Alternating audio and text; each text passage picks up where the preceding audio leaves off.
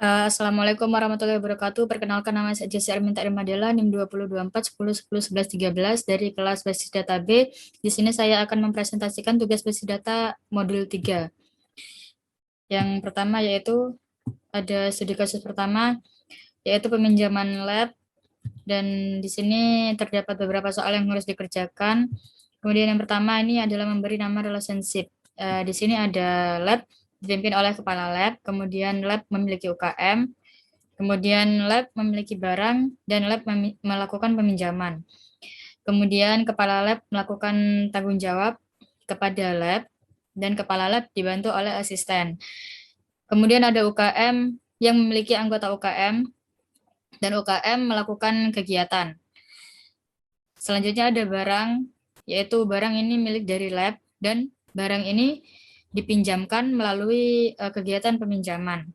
Di sini ada asisten adalah bagian dari lab, asisten membantu kepala lab, dan asisten yang memberikan peminjaman. Kemudian ada anggota UKM yang merupakan bagian dari UKM, dan anggota UKM melakukan peminjaman. Dan di peminjaman sini dilakukan oleh lab. Peminjaman terdiri atas barang, diberikan oleh asisten, dan dilakukan oleh anggota UKM. Kemudian ada kegiatan yang dilaksanakan oleh UKM, kemudian melakukan peminjaman. Dan jenis barang di sini adalah terdiri atas barang, maksudnya terdiri atas beberapa barang.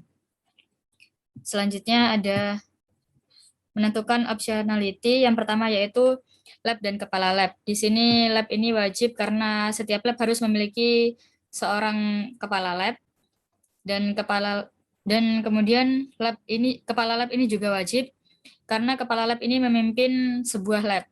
Selanjutnya ada lab dan barang. Di sini lab ini tidak wajib karena semua lab harus ditangani oleh seorang asisten lab. Kemudian ada optionality barang. Di sini barang uh, wajib karena setiap barang harus memiliki asal dari lab. Dan relationship lab dan peminjaman adalah tidak wajib dan wajib. Untuk lab ini tidak wajib karena tidak semua lab melakukan peminjaman atau mengizinkan peminjaman. Dan untuk peminjamannya sendiri ini wajib karena peminjaman harus dilakukan di lab. Kemudian ada lab dan asisten. Lab ini tidak wajib karena semua lab harus ditangani karena tidak semua lab harus ditangani oleh asisten lab.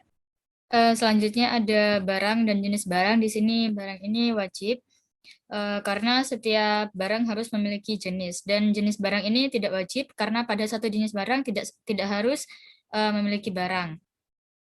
Kemudian di sini ada barang dan peminjaman. Di sini ini barang wajib karena setiap peminjaman harus menyertakan nama barang, dan peminjaman ini tidak wajib karena tidak semua barang dapat dipinjamkan. Di sini ada UKM dan kegiatan. UKM ini tidak wajib dan kegiatan ini wajib. Kemudian ada UKM dan anggota UKM. Untuk UKM ini tidak wajib karena bisa saja dalam satu UKM tidak memiliki anggota dan kemudian ada anggota UKM ini wajib karena setiap anggota harus tergabung minimal dalam satu UKM. Kemudian kegiatan dan peminjaman.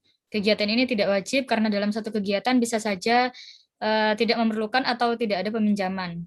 Kemudian peminjaman ini wajib karena setiap peminjaman harus menyertakan nama kegiatan. Selanjutnya ada peminjaman dan anggota UKM. Peminjaman ini wajib karena dalam satu peminjaman harus dilakukan oleh anggota UKM. Dan anggota UKM ini tidak wajib karena dalam setiap peminjaman dapat dilakukan oleh anggota UKM yang berbeda. Kemudian ada peminjaman dan asisten. Selanjutnya yaitu penentuan kardinalitas. Relationship dari lab dan kepala lab ini one to one untuk lab dan one lagi untuk kepala lab. Kemudian lab dan barang one to many, one untuk lab dan many untuk barang. Kemudian untuk lab dan peminjaman, one untuk lab dan many untuk peminjaman. Kemudian ada lab dan asisten, one untuk lab dan many untuk asisten. Kemudian terdapat relationship kepala lab dan asisten, one untuk kepala lab dan many untuk asisten. barang dan jenis barang, one untuk barang, dan many untuk jenis barang. Barang dan peminjaman itu many to many, jadi many untuk barang dan many untuk peminjaman.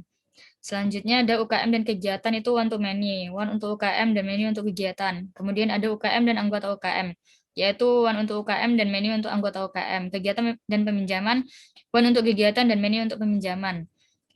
Peminjaman dan anggota UKM itu kardinalitasnya one to many, one untuk peminjaman, dan many untuk anggota UKM. Kemudian yang terakhir adalah peminjaman dan asisten, one untuk peminjaman dan many untuk asisten. Selanjutnya untuk relational model, di sini sudah terdapat entity-nya atau keterangannya ini punya asisten lab, dan ini punya kepala lab. Dan di sini juga sudah terdapat keterangan. Di sini juga ada keterangan primary key dan foreign key. Kemudian di sini juga ada keterangannya ini. Ini berrelasi dengan entity yang mana, dan seperti ini contohnya asisten lab berrelasi dengan kepala lab. Kemudian ini membaca relationship. Di sini asisten lab berhubungan dengan kepala lab. Di sini juga ada keterangannya, yaitu asisten lab membantu kepala lab, dan juga kepala lab dibantu oleh asisten lab. Dan begitu seterusnya. Ini ketika kita membuat relationship, ketika kita membuat ERD ini, diusahakan garisnya ini tidak berpotongan atau tidak boleh bertumpukan. Jadi seperti ini, dan harus diberi keterangan seperti memberikan dan diberikan oleh. Kemudian selanjutnya ada studi kasus 2, yaitu ini faktur dari bengkel. Kemudian ini relationship dari bengkelnya ini adalah barang terjual di pembelian, yaitu barang terjual di pembelian, dan selanjutnya adalah barang ini milik dari bengkel, kemudian barang ini berjenis masuk ke jenis barang, artinya barang tersebut masuk ke dalam kategori jenis barang. Kemudian ada pembelian. Pembelian ini membeli barang, kemudian pembelian ini dilakukan di bengkel dan dilakukan oleh pembeli, kemudian diproses oleh kasir. Selanjutnya ada bengkel. Bengkel ini barang ini milik dari bengkel, kemudian pembelian ini bengkel melayani pembelian, kemudian bengkel juga ini memiliki mekanik, dan bengkel juga memiliki kasir. Selanjutnya mekanik ini dimiliki oleh bengkel, dan mekanik melaporkan kepada kasir. Selanjutnya ada pembeli melakukan pembelian dan membayar kepada kasir. Jenis barang terdiri atas barang. Kemudian yang terakhir ada kasir memproses pembelian, kasir bertanggung jawab atas bengkel, kasir memproses mekanik, dan kasir menerima pembayaran. Selanjutnya ada menentukan optionality. Yang pertama yaitu barang dan pembelian. Barang di sini tidak wajib karena tidak semua barang akan dijual. Kemudian pembelian ini wajib karena ketika melakukan pembelian, barang yang dibeli harus dicatat. Kemudian ada relationship barang dan bengkel. Barang di sini wajib karena harus dicatat milik bengkel yang mana, dan bengkel di sini tidak wajib karena tidak semua bengkel mempunyai barang.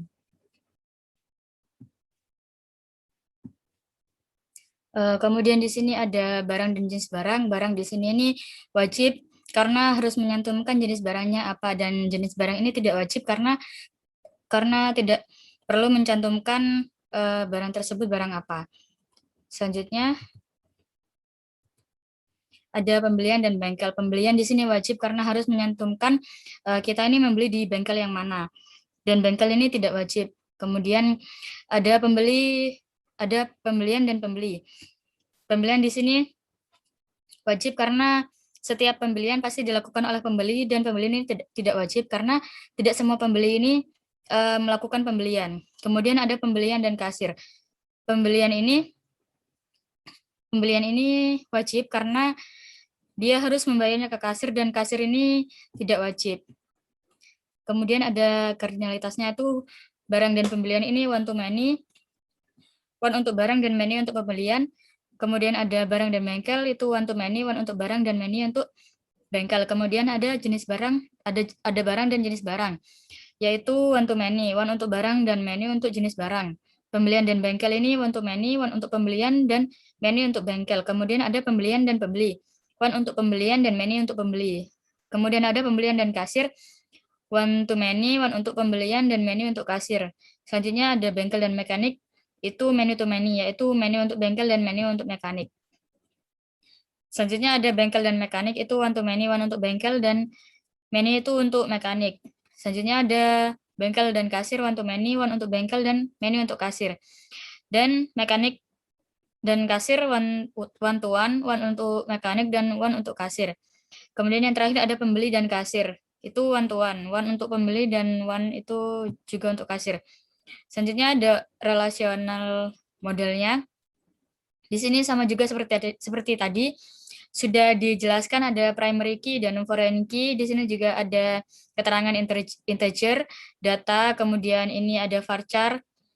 Dan di sini juga sudah ada panah-panahnya ini berelasi dengan kendaraan. Kemudian nota transaksi juga berelasi dengan parts. Kemudian juga berelasi dengan bengkel dan pelanggan, dan juga kendaraan berelasi dengan mekanik. Selanjutnya ada membaca relationship. Di sini nota transaksi mencatat kendaraan, dan kendaraan dicatat di dalam nota transaksi. Kemudian nota transaksi mencatat parts, dan parts dicatat oleh nota transaksi. Kemudian nota transaksi dicetak oleh bengkel, dan bengkel mencetak nota transaksi, begitupun seterusnya. Sekian presentasi dari saya. Terima kasih. Wassalamualaikum warahmatullahi wabarakatuh.